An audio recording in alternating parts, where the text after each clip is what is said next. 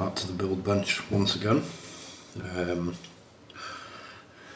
Today I'm just going to do a quick teardown video on the main keyboard that I use for the main PC. This keyboard is just it's called a Drevo Calibur V2. It is a fully mechanical keyboard, obviously RGB backlit, all the RGB is fully customizable. So through the Drevo app you can literally make every key whatever colour you want, make it flash, make it pulse, so on and so forth, all the different effects. It is mechanical. I don't know if you can hear that.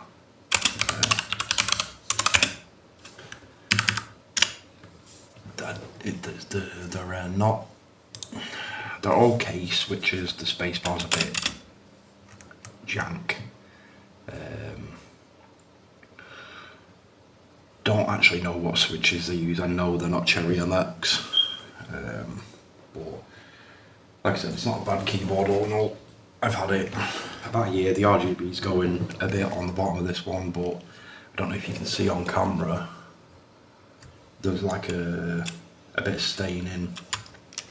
That's because I, being a moron, spilled a drink on the bottom of the keyboard, and that's why the RGB's not working, so I'm going to have to buy a new one soon anyway. But anyway, getting to the teardown quickly. So obviously, first thing you want to do is obviously just unplug. This one's wired, but it's just a USB Type-C into the back. So you just want to unplug that. And then you want to proceed to take the keys off, which I don't have a keycap puller anymore because it disappeared, so I just use a screwdriver, but hey ho, so forth. What I'll do is I will take a couple of these out, and as you can see, by the way, I'm using brown switches in this because I don't like the really clicky noise that like red switches give on a keyboard. But yeah, what I'll do is I'll pull a couple of these off, and then I'll jump cut basically to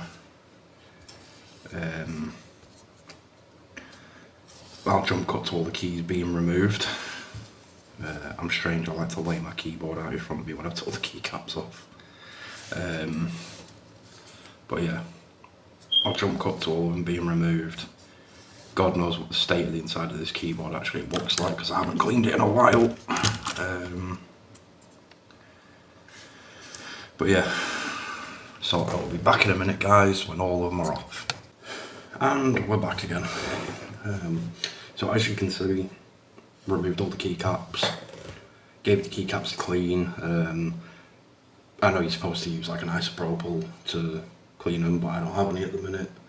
What I do have though is young children, so I have plenty of baby wipes knocking about, so I just gave them a wipe down, gave them a dry off. Now obviously here you can see all the brown switches in this keyboard and just the crap that's built up. I think the last time I cleaned this keyboard was like 6 months ago. So what I'm now going to do is just give this a quick brush down. I'll just do it off camera because I'll have to do it into the bin.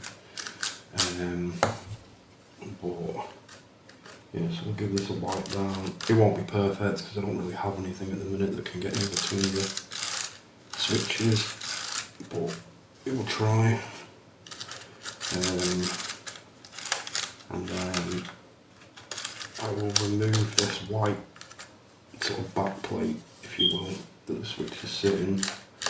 Give the underneath a bit of clean, see what crap's got stuck in the bottom of the chassis for the keyboard. And then yeah, we'll push on from there.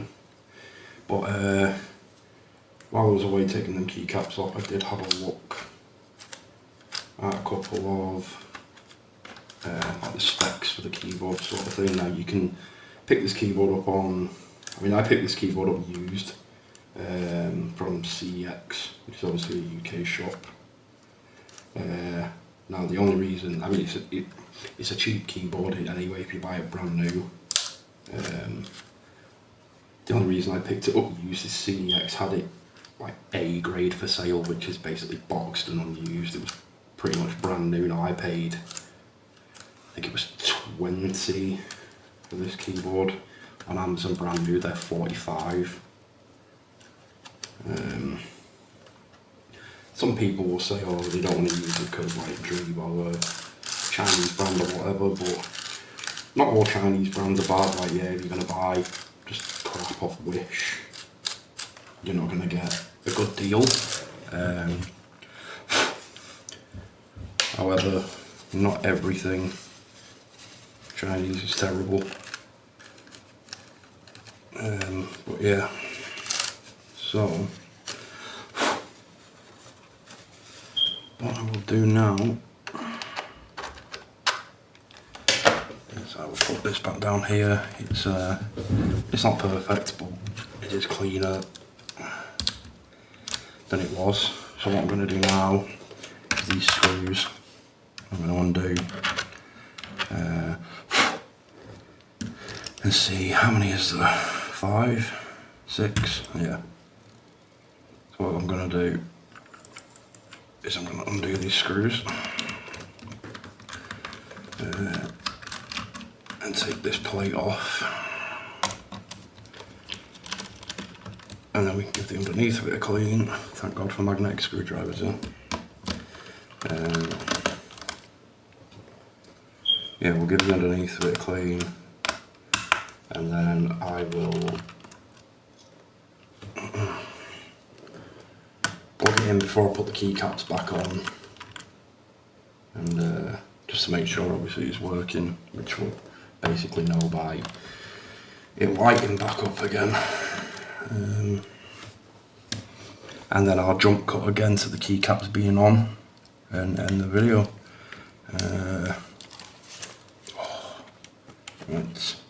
Let's see.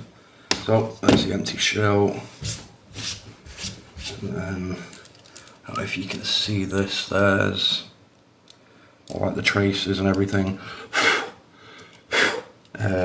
All the traces for the like back of the keyboard, all the switches. Yeah. So I'll give this a quick brush down.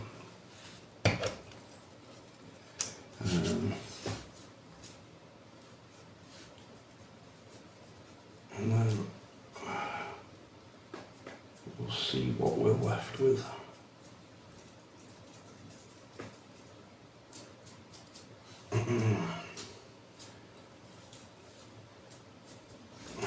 But yeah, like I said, it's on the cheaper end of the keyboards. Like it's not a ducky or anything like that, obviously. But it's really not a bad keyboard. You can also get this in a wireless version. I just don't like wireless still, because I think anytime you add wireless you just add latency. And like, if you don't need to, what's the point, I suppose? Like, what do I need a wireless keyboard for if I'm sat at the computer? Oh, hey. Let's get that off it. Quick brush down. Just go and give the foam a bit of a wipe down. And it goes back on this way, like so. I'm guessing this foam is just to dampen a bit of the sound coming off the board. And then what we'll do is we'll stick this back in, like that. Screw it back together. And like I said, I'll plug it in, make sure that it's working, and then jump cut to keycaps being on.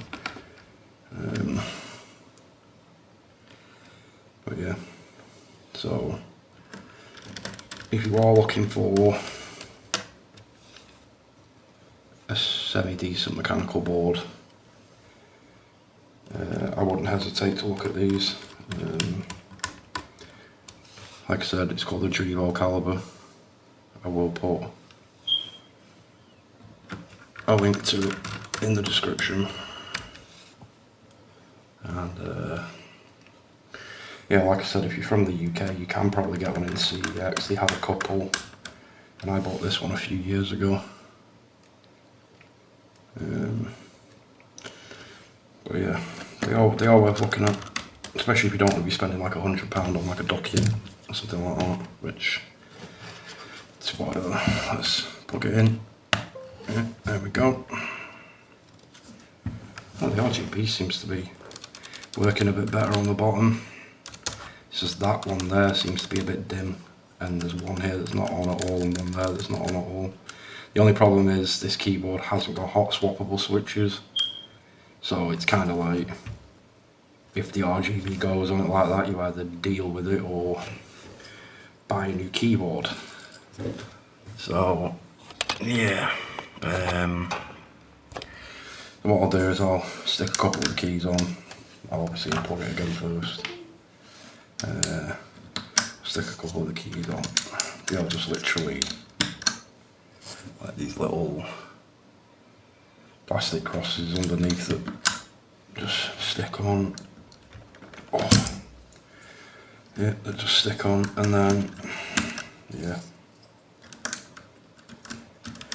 But yeah, so I will jump cut, and I'll be back when it's put back together. Right, we are back once again for the final time. As you can see, I put all the keycaps back on. I'll just give it a quick plug in. There we go. Lights up. Obviously, this is like, I have mine set to red and blue because the 9 fans in the case are red and blue in my PC. So what I'm going to do quickly is I'm going to load up the Drevo software, just to quickly show people what it can do and what it looks like. It's called the Power Console. It can control your mouse, RGB keyboard, and like an RGB mouse mat if you've got one by Drevo. I don't have one.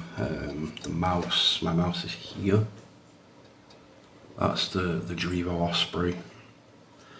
Obviously it's got a detachable bottom so you can make it lighter. I prefer a light gaming mouse. Well anyway, this video's not about the mouse anyway. Yeah, so what I'll do is we'll end the video on the software. But either way, thanks for watching. If you wouldn't mind hitting that subscribe, as you can tell we are a new channel, only 8 lonely subscribers at the minute. Hit the bell notification. We will have some more full-on PC stuff coming, like even maybe a couple of full PC builds, and some like benchmark tests and stuff like that. But yeah, anyway, thanks for watching. I'll catch you next time.